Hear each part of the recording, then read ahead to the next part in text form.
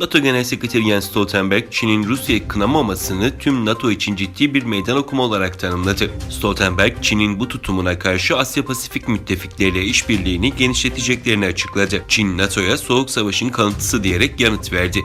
Brüksel'de NATO Dışişleri Bakanları toplantısının ardından gazetecilerle bir araya gelen Stoltenberg, Çin'in Rusya'yı kınamamasını tüm NATO için ciddi bir meydan okuma olarak tanımladı.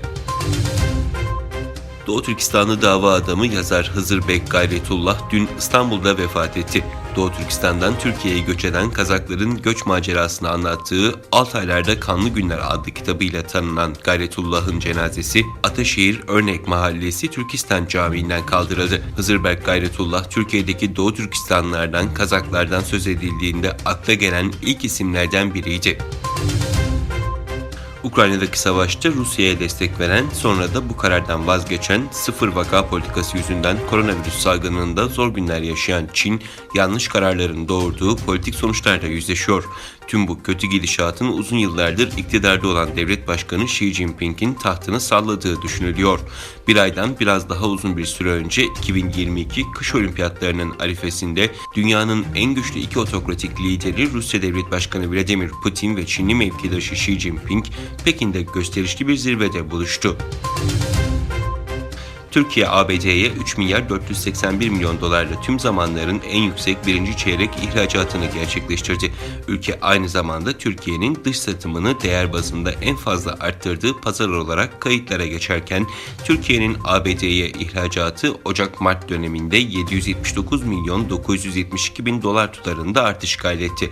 Merkezleri ABD'de olan ve Türkiye'de faaliyet gösteren ABD şirketleri, Türkiye'de ticari faaliyetlerini daha kapsamlı hale getirirken, iki ülke mutabık kalınan 100 milyar dolarlık ticaret hacmi hedefine emin adımlarla ilerliyor. Rusya Devlet Başkanı Vladimir Putin, Azerbaycan Cumhurbaşkanı İlham Aliyev ve Ermenistan Başbakanı Nikol Paşinyan'la telefonda Karabağ'ı görüştü. Karabağ meselesinin ele alındığı görüşmede Aliyev ile Paşinyan'ın 6 Nisan'da Belçika'nın başkenti Brüksel'de yaptığı görüşmenin sonuçları istişare edildi. Kırgızistan Ekonomi ve Ticaret Bakanı, Kırgızistan'ın hidrolik enerji potansiyelinin 150 milyar kWh'den fazla olduğu tahmin edildiğini açıkladı.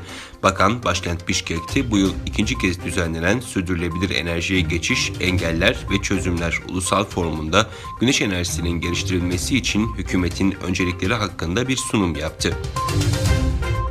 İran Dışişleri Bakanlığı yayımladığı bildiride terörle mücadele ve insan hakları ihlalleri nedeniyle ABD yetkililerine uyguladığı yaptırım listesine 24 ismi daha eklediğini duyurdu. CENTCOM eski komutanı Joseph Bottel, ABD eski Genelkurmay Başkanı ve ABD Başkanı Donald Trump'ın avukatı yaptırım listesine alındı.